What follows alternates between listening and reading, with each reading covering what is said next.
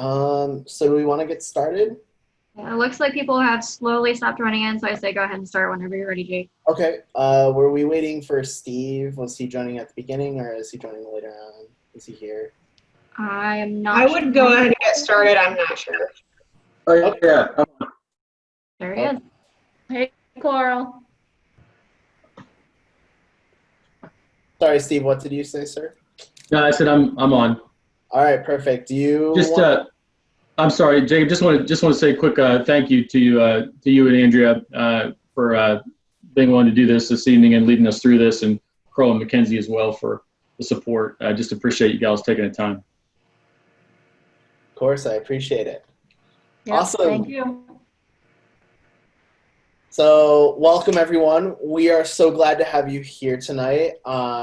First and foremost, like Steve said, I am not here alone. I am joined by some wonderful Heritage Center staff members and some other wonderful volunteers. So huge shout out to Coral and Student Services for working to put all this together. Her and the rest of the team, we appreciate you. Shout out to Mackenzie. She's going to be our tech person for tonight. So if anything gets messed up, it's her fault. And, and then thank you to Andrea. Andrea is the partner in crime here tonight. She is a wealth of knowledge, and she will be introducing herself. Would you like to start, Andrea? I thought I was going to be at the end, but if you want me to be in the beginning, that's fine. We can just do a quick introduction and then... Oh, sure. So welcome, everyone. Thank you for being on this call this evening. It's a pleasure for me to be on the management team again. For 11 years, I served on the management team before. I've been a member of the fraternity since 1991, and I have proudly made history within the fraternity by having been elected the first female president in 2007. I continue, as I mentioned, being active, and I'm in the role of Area 3 VP, having 4 regional directors report to me. Awesome. Thank you, Andrea.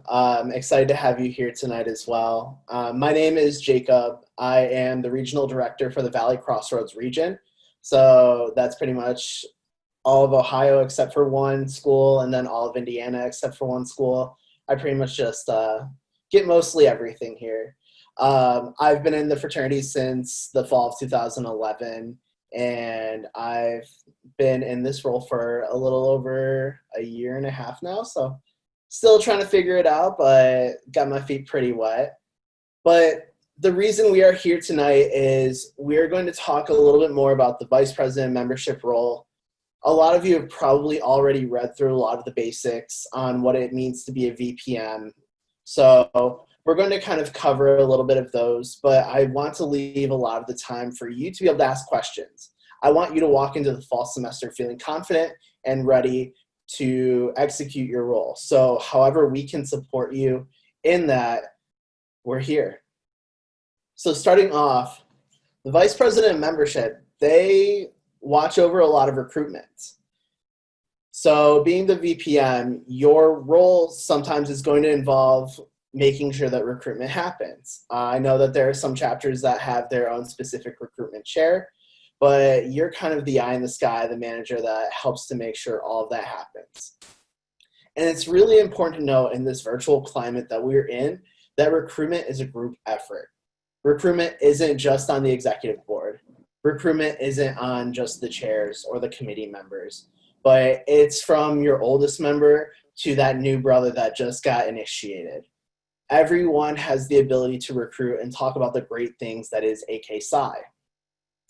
So think about what's worked in the past. So think about the different marketing strategies you've done. Think about the different events you've done.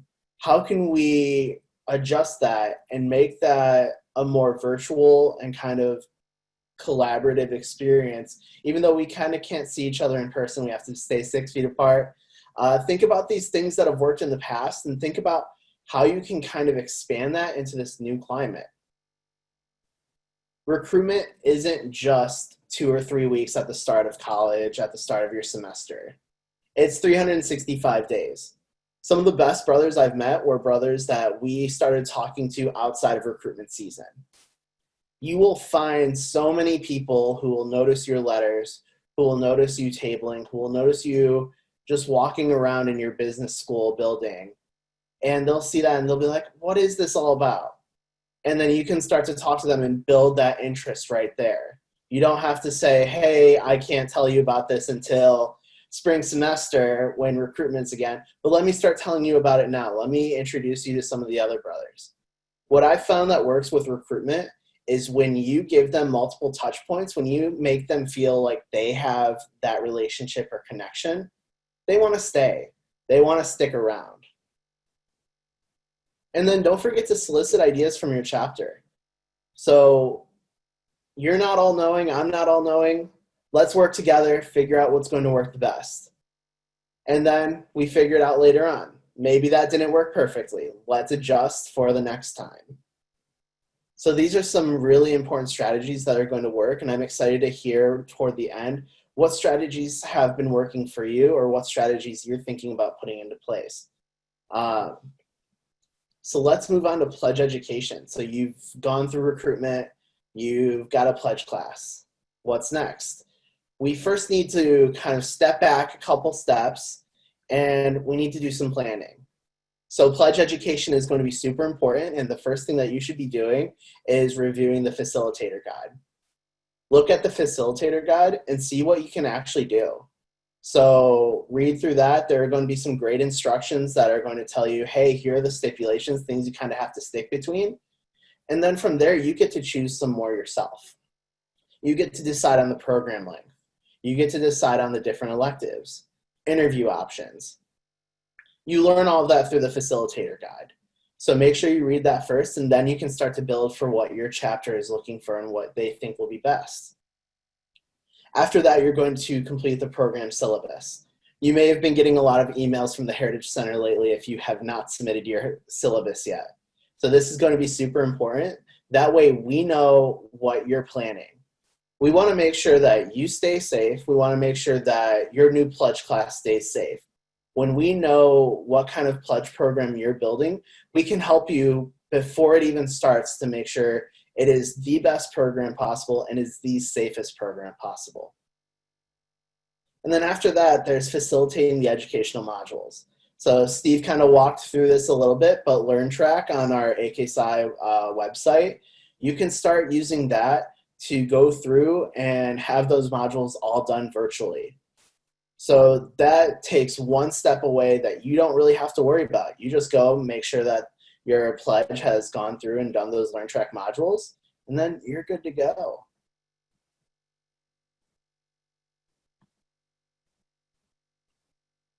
There you go. ChapterSpot. So it doesn't really matter if you know who your officers are and who's suspended or resigned, but if they're not correct in ChapterSpot, then the Heritage Center doesn't have the correct information. That's going to be what's the most important. So going into ChapterSpot and going and auditing, making sure that you have the most up-to-date roster with the Heritage Center. This affects billing. So when you get that bill that says how many members that you're being charged for, and that looks super off, check ChapterSpot. See who may not have been put into alumni status. See who may have needed to be suspended. This can affect your kind of knowledge and expectation if you don't have the right numbers.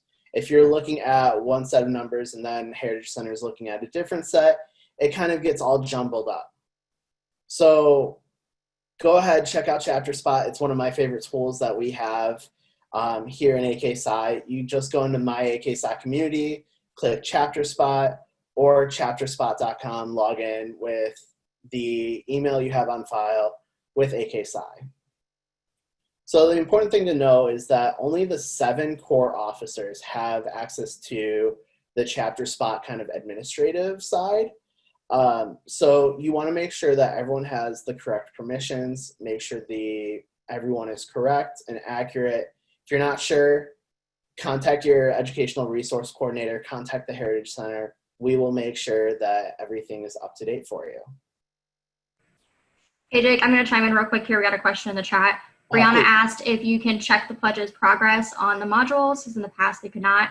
Currently, we still don't have that capability, so you'll need to either just check in with your pledges, have them send you a screenshot that it's done, or work out whatever works best for your chapter. But currently, we don't have the capability for officers to see that. And that's all on the integrity system. So one of our core values, integrity, checking in with the pledges, making sure that integrity, they understand that that's something that we hold dear, and trusting them to their word.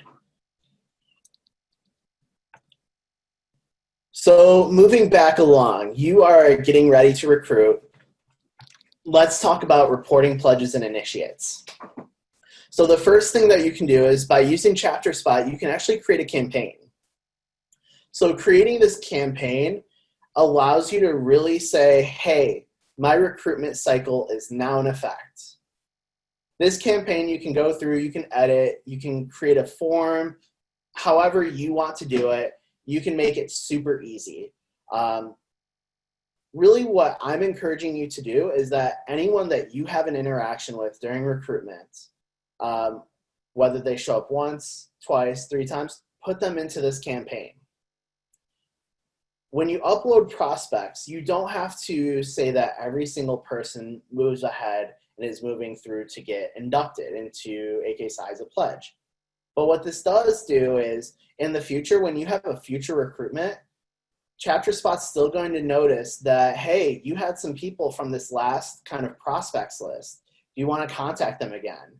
So you already have a list of people who are a bit more of a warm referral than instead of having to jump and try and do it all over again. So what you can do is you can upload your prospects, and then it's really easy to go through and move the prospects through. It's really just one box to the box to the box, moving them to be inducted and then moving them to be reported as a pledge. Pretty easy, hopefully. If you do have any questions, we have a really detailed list. Your resource coordinators can help you with that.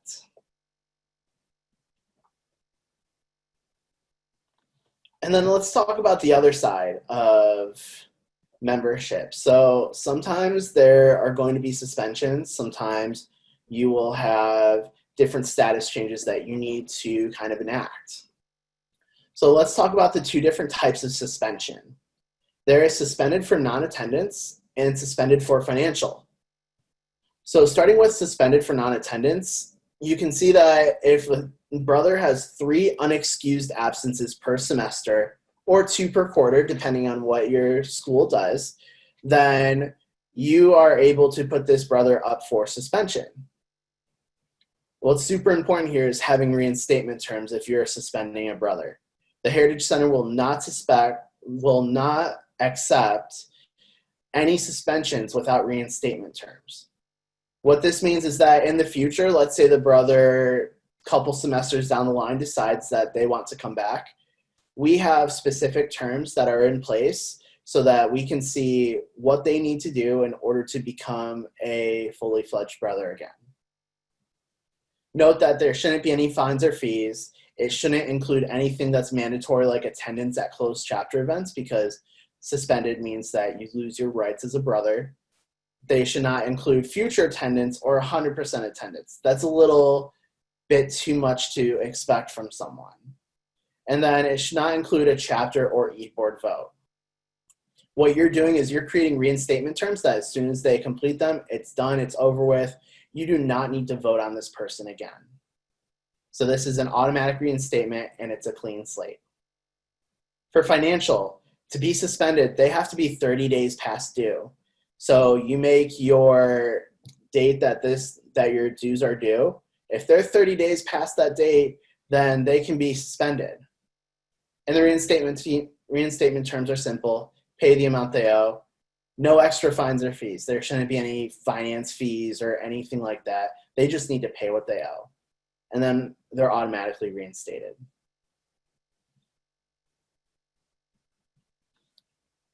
Moving on. So looking at your pledge class, looking at what they're going through, the experience that is the Bridge to Brotherhood program. So we start with induction. Induction is their first introduction to the chapter. That's their first ritual. And then from there, think of it like training. Think of it like an internship. When you first start an internship, you're going to have that first interview that's going to say like, hey, you've got the job, congrats. Now let's go through onboarding. You're going to start by meeting people. You're going to start by meeting your coworkers. That's your building relationships. You're going to learn the values. You're going to learn what the company's all about. You're going to learn how the company operates. And then maybe halfway through, you're going to have practice interviews that you have in an internship just to kind of work on that skill even more. And then moving toward the next half of the Bridge to Brotherhood program, it's about handling feedback. So you're going to get feedback whether you like it or not. It's how do you handle that? How do you bounce back from that? We don't like feedback, but those who like feedback are the ones who are the most successful. They're the ones who will bounce back and will learn from what other people notice from them or see. You'll see emotional intelligence in there, again, a really big skill. Then you have court of honor, and then you have an initiated brother. It's that simple. It's module 1 to module 6. It's each step across the program. Think of initiation as getting that full-time offer. That full-time offer is AK Psi. So talking about the program syllabus, the program syllabus is something that's required. It's something that you need to do. All chapters are required to report their pledge program and electives. Like I said before, that is so we know what's going on. That's so that we are in the loop. And then if anything happens, we are able to support you. So going through with this program syllabus, it helps us, takes fraternity educators through each aspect of the program, so on and so forth. We talked about this before. Now let's talk about those due dates.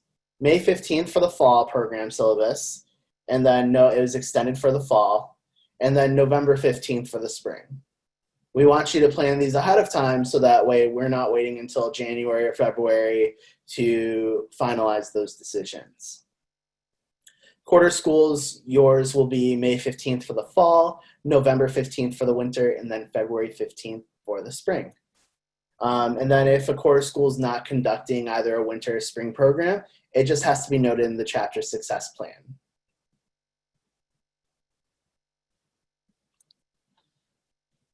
So talking about initiation requirements.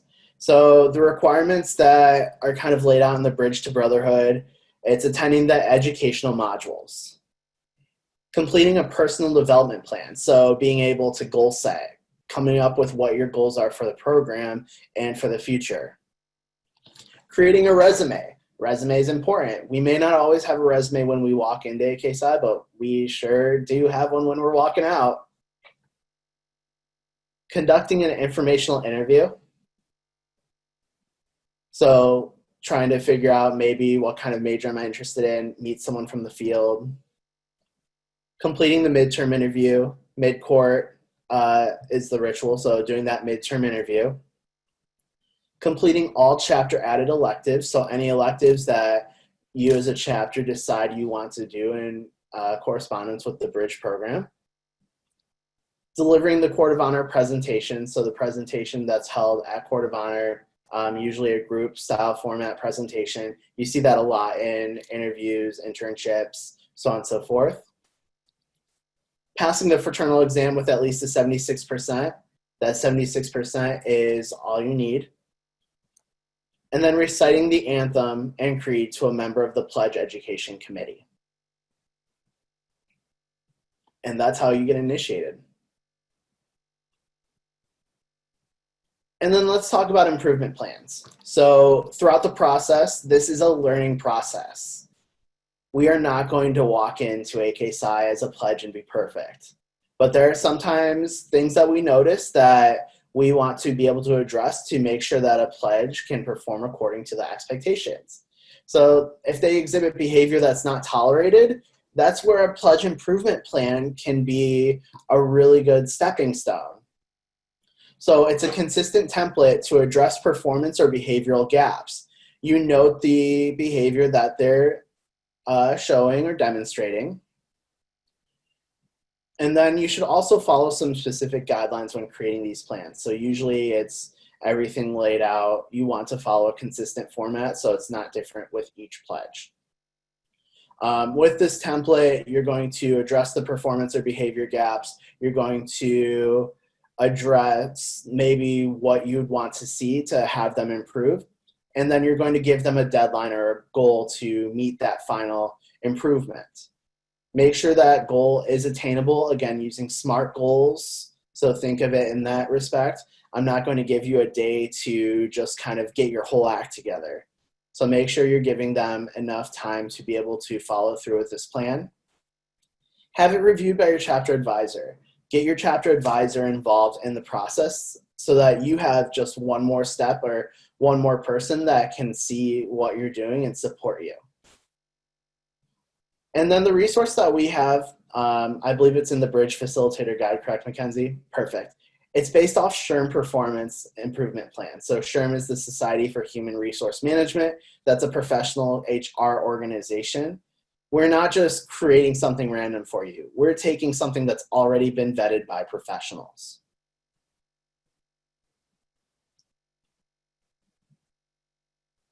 Make sure you use your resources. So throughout the whole process of having a pledge, having them go through the program, make sure you are taking advantage of everything that we've already created for you. We have a full facilitator guide with pretty much everything under the sun that you could think of. And if it's not under that sun, then reach out to the Heritage Center and we'll definitely help you with that. Make sure you're using that program syllabus. Again, that's going to be key. Make sure that's being followed. Use the module PowerPoints. Those are already created and given right to you. The pledges even get their own learning plan. You can give them this learning plan that's going to help them study for the fraternal exam. It's going to have practice quizzes so that they can start to practice the information. It's going to have information interview guidelines. So what things do I need to do or understand when doing an information interview? They get all of these things. And then Connections Resource Guide. Mackenzie, could you remind me what the Connections Resource Guide is? Yeah, so the Connections Resource Guide is actually something that the pledges will get after they're initiated. With code everything, I'm not sure if we'll actually be shipping them out or not. It is, I believe, still available digitally, but it provides information about fraternity and some career development information as well. Just a good general resource of LinkedIn tips, interview tips, our core values, combination of fraternity and career. Thank you. So having all of these different resources, having all of these things in your back pocket is going to make the pledging process that much easier for you. It's going to make a virtual pledging process that much easier for you. I would definitely encourage you to use it because that's going to be the differentiator. When you walk in there and you show that you're prepared, that shows the pledge that they know that they're in good hands. And so now, Andrea, did you want to hold off until the very end, or do you want to do like question and answer, give the brothers in the room time to kind of talk things out? Yeah, we can do that. We can do Q&A, talk things out. I think that's a good idea. Okay, so y'all, we have 15 minutes left. That's a lot of time for us all to be able to talk through what kinds of questions we have. If you want to post in the chat, Mackenzie can read those off, and then let's work together. Let's do everything together, and that's how we kind of get that right answer, or as close to it as possible.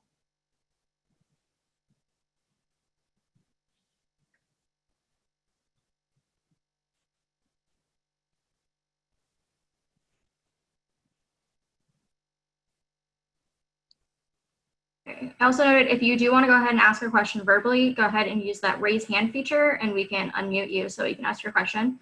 But the first one we have here is, so what is your review on the University of Washington's adaptation of the online recruitment process?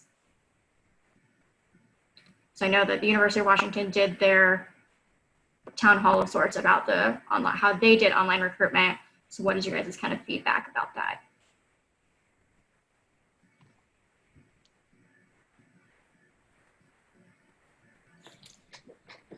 So I wasn't able to attend that webinar. I had work that night.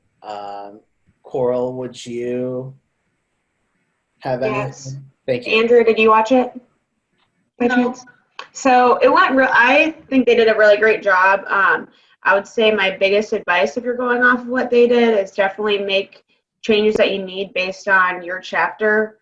Not every chapter operates the same. So depending on your chapter student involvement and what you can ask for there, just make sure you make any changes that you need. And some might have to communicate things a little bit differently to your university depending on what your reputation is on campus too. But I definitely would say they're a great starting point to look at different ideas for that. And so realistically, online recruitment is going to be pretty straightforward for the most part. But you do get to have your own creativity when it comes to it. And you're not going to have all of the same resources as the University of Washington may have. Use what you already have in your own back pocket. I know where I work at Miami, we have WebEx. So if you have those free online tools that you can already use in your back pocket to really just get the process rolling sooner, you can use those. So take advantage of what you have. Think through every part of the process. Think about what the potential brother is going to be thinking or what they are looking for. Build that relationship with them. Even if it's through an online platform, you can still build that same relationship like we're doing, talking right here. Not face-to-face with you, but we can still have that conversation. You build that relationship and they'll want to stay. Here's another unique idea that we have now that we may not have had if we were doing pledging in person, is the fact that you can invite panels. You can have a session like this and you can invite alumni. I'm from New Jersey. So, and Jake, where are you, Ohio? Ohio. Yeah, so, now we have the luxury where you can invite people that wouldn't have been able to attend otherwise. So use that to your advantage. All the volunteers that are part of AK Psi, I can tell you that the reason that we're here is, we're here because we want to be, not because we have to be. So if you ask us, we will be there. I did go ahead and just drop the link to UW's webinar in the chat. So if you weren't able to watch it and you're interested in just seeing how they did online recruitment, you can access it via the YouTube there. Oh, Next question we do have is, what are some suggestions you might have for getting students excited about AK Psi or interested in joining us compared to joining other Greek organizations? One of the things that I would just like to say first in regard to AK Psi, so I have been a brother since 1991. And I'll be honest with you, the benefits have been relationships. Through my entire process, it's been about relationships. It's been about all the people that I've met all along the way, the people that have mentored me, the people that have, that I've mentored along the way. It's all about developing, it's learning, it's encouraging, it's lifetime friendships. I see Jen, up and down. So she gets it. We were on the management team together. We were developing all of our professional skill set. We were doing this together. So even now, as we're going through this pandemic, you have the luxury of a connection. These are connections. We're already connected. My husband happens to be in another one of these breakout rooms because he's currently on a regional management team too. So, for me, it's all about relationships. And if you ask people to help you, we're willing to do that. And we're going to get through this pandemic. We're going to survive. We're going to improve things. We're going to take advantage of all this stuff. And to be honest with you, the world is taking advantage of virtual. I helped a friend of mine today with doing her resume. She sent it to a job description that says, and it's very clear here, it says, must be able to work productively and effectively 100% remotely. So that means that despite this, you're going to have to do job functions virtually. So what I'm encouraging everybody here to do is take the time in your chapter to embrace technology and be creative, be adaptable, have teamwork, collaborate on things. Because at the end of the day, the best skill that you are going to have based on this is resilience. If you can be resilient, that is what employers are going to be looking for. That is what entrepreneurs have. They have resilience. So that is going to be your selling point, and that is what's going to get all of us through this pandemic. I also want to point out the importance of attitude. So the attitude that the rest of your brotherhood and the rest of your chapter exudes when they're in recruitment, when they're talking to a pledge, that is going to be a differentiator right there. If you can have a positive attitude, that's going to show the pledge, attitude's contagious. Let's be honest. Attitude is contagious. If you sit here like, man, this isn't what it's supposed to be, they don't know what it's supposed to be. A lot of the students here coming, they're first years. They don't know what college is supposed to be like. For all they know, you could have been doing a virtual college for the past 3 years. If you walk in with that exactly. If you walk in with that attitude, like that you care about this organization, that you love this organization, it's going to bleed over onto your pledges. And once that bleeds onto your pledges, that's going to be a positive experience for them, and they're going to do the same thing. But don't walk into it feeling negative that we can't be in person, because that's not going to fix anything. There's nothing we can do about that. Let's make the most of our situation. As Jacob said, the only thing that you have control over is your attitude. So just keep it positive. Something that was mentioned before was the word failure. The way that I like to view failure, so at some point in my career, I did own a non-medical home care agency. And after 3 years, closed it. And I went back into, corporate America. But I never viewed that 3 years as a failure, because for me, it was a learning experience. It was what my mother calls my expensive PhD. And so it was a great learning experience. It got me connected to the world of healthcare, and it got me to where I am currently. So as long as you view failure as a lesson, and if you fall down, brush your knees off and get back up, because the key is to move forward. It's not the end of the line. It's not a period in life. It's a comma, because you are going to keep going. And just stay positive. And use your brotherhood. You've got your chapters, you've got your regions. And now by going virtually, you have access to brothers internationally. So take advantage of that, because they're all here because they want to be. So going off that a little bit, what do you guys have for specific recommendations on encouraging and fostering unity and friendship within the pledge class now that it's going to be in a virtual setting? There's so much that you can do. Yeah. Really, Mackenzie's the host right now. She can tell you there's a little breakout function. You click that one right there. Everyone gets broken down to different rooms. You start the conversation right there. A few weeks back, members of the management team played Jackbox all through Zoom. And it was one of the most fun events I've had. So be creative. Think about the things that you'd already do in person. You're going to go on coffee dates. You're going to go to play games at someone else's house. But instead, you're just playing games right here. You can stick in your pajamas. It's cool. And you can have professional events. I've actually attended conferences, and I loved it.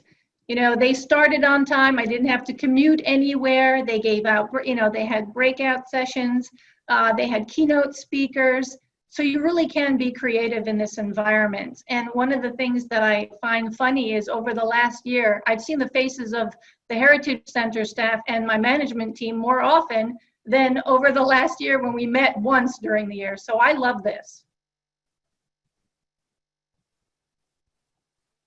All right, so go ahead and move on to the next question we have, which says more of a specific use case where they weren't able to complete the last semester's pledge process and they were planning to finish it at the beginning of this coming semester.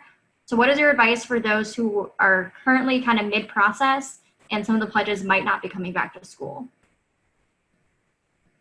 Finish it.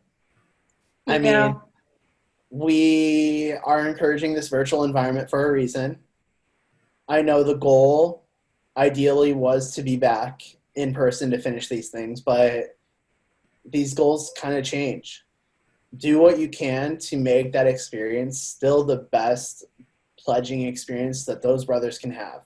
Whether it's near or far, unity is worldwide. So make that unity known. Connect them as much as you can, check in with them, make sure they're involved. And then we're working on a whole virtual initiation. So they're able to complete the process. They're able to become a brother from their office room or from their bedroom, just like that. One of the things that I would recommend is that you pair them up with a mentor. Make sure that there's a relationship that can hold those two people accountable.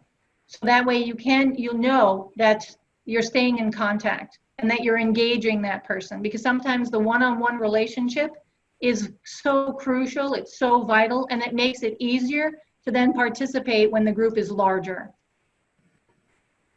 Chime in really quick, Brandon, for the pledges that won't be coming back for the fall, I would also recommend sending an email to Amber explaining that situation too. It's just amber@aksci.org. And in the case that, let's say they were graduating, you know, the 4 years that you're a collegiate member is going to be your shortest time as a brother. But you can see a lot of us alumni are here. We've been in it for years, and we're still involved. So there's still that opportunity for those brothers to get involved and have that brotherhood experience that we always talk about. Keep in mind, you know, one of the things that I always thought was funny was, you know, putting AKSI on my resume. And, you know, there have been so many skill sets that I have earned from AKSI, and the fact that many of my positions, my transition from corporate America to higher education was really due to the fact of my experiences within the fraternity. So keep in mind that one of the things that you can be really proud of is getting through this pandemic and some of the achievements that you can have. You can still grow, you can still plan events, you can still achieve things, you can do community service, you know, you can be creative. So there are so many things that you'll be able to share, you know, at a job interview or when you're looking at internships, things that, you know, are outside the norm, that you've embraced a new norm. And that's huge, because people are going to be looking for flexibility, adaptability. They're going to be looking for those things. And as I mentioned earlier, I think my strongest word is resilience. And that's really what we need to prove. All right, so the next question we have here is asking what platforms other chapters are using to facilitate virtual recruitment. So if you already did some virtual recruitment in the spring and you have a platform, feel free to drop it in the chat, or if you want to talk about how it went, feel free to raise your hand and we can unmute you. Jacob, Andrea, do you have any suggestions of what platforms people can use? I'd say get creative. You have WebEx, you have Zoom, you have all of these. There's GoToMeeting, there's chats, there's Google Meets. Yep.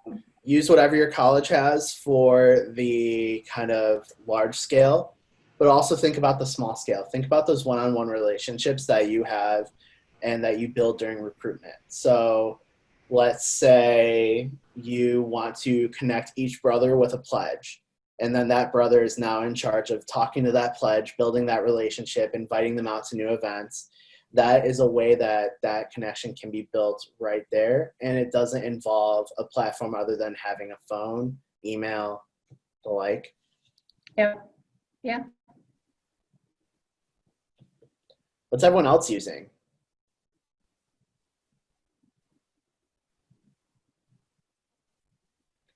I think Zoom is probably the best bet, to be honest. It's just so convenient. I mean, we're using it right now. And it's convenient too. And breakout rooms is honestly a really nice feature. Like, I think it lends itself well to interviews and to small group time and stuff. So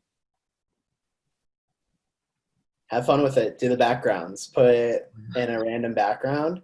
Whoever has the funniest, best, you make your own superlatives for a background.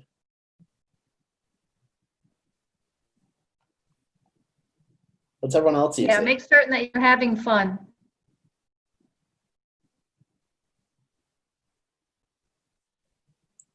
Is there anything that we didn't think about that you're using in your chapters?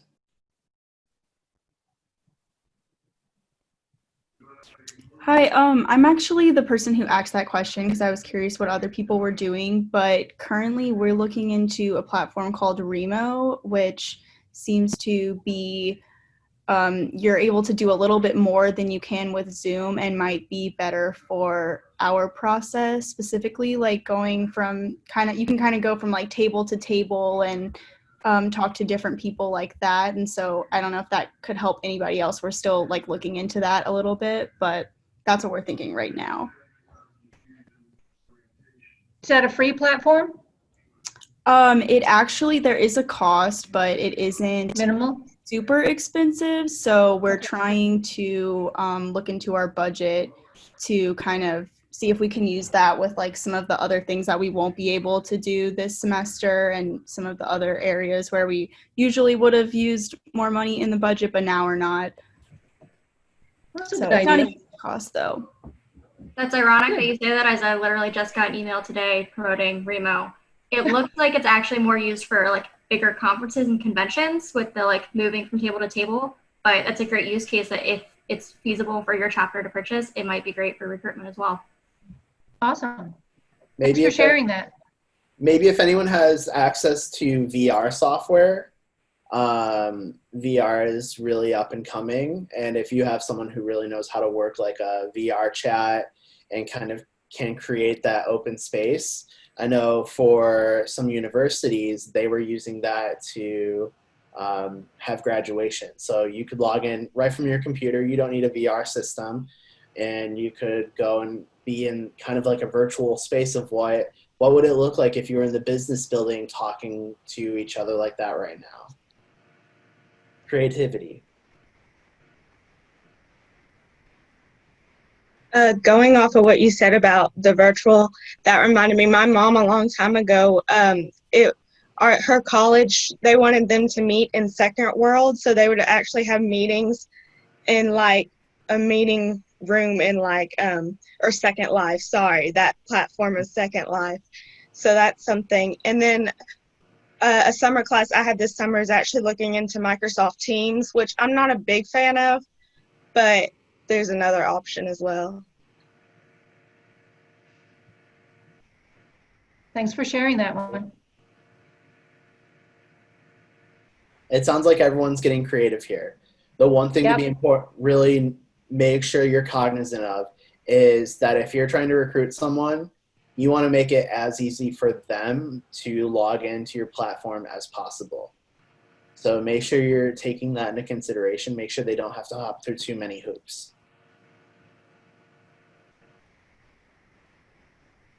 We are coming up on 5 minutes past the hour. So I am still happy if you want to talk some more, have some more question and answer, talk to each other about best practices. We can do that. I'm happy to be here all night. Don't know about everyone else. Andrea, did you want to kind of talk a little bit? Well, you know what's funny is everything that I wanted to cover, I did. You know, the one thing I want to make certain that everybody keeps in mind is use AKSI as that platform for yourself to develop and learn and grow and, you know, experience things that you're going to take into the real world.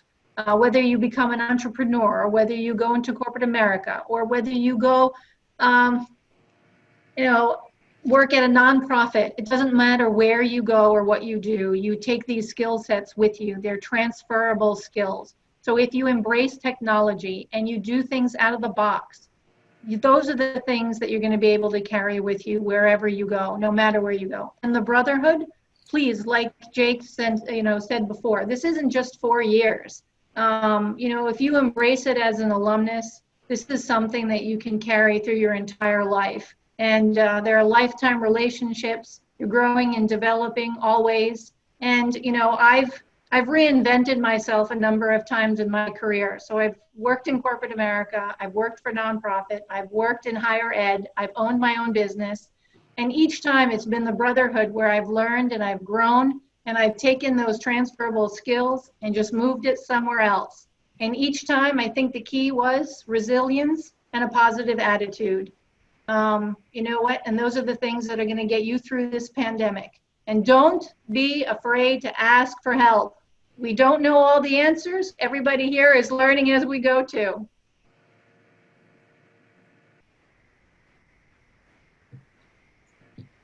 So with that, I want to give one last call if anyone has anything. Otherwise, I'm so appreciative. I was told there'd be 3 people here, and now there's 25 people in this participating. So again, I'm so appreciative that you took 45 minutes to an hour with all of us here. We're going to be doing this again in a couple of weeks, so be sure to come back. Our education is always ongoing, so let's learn together. Let's do this together. We are AK Psi. Excellent. Thanks, everybody.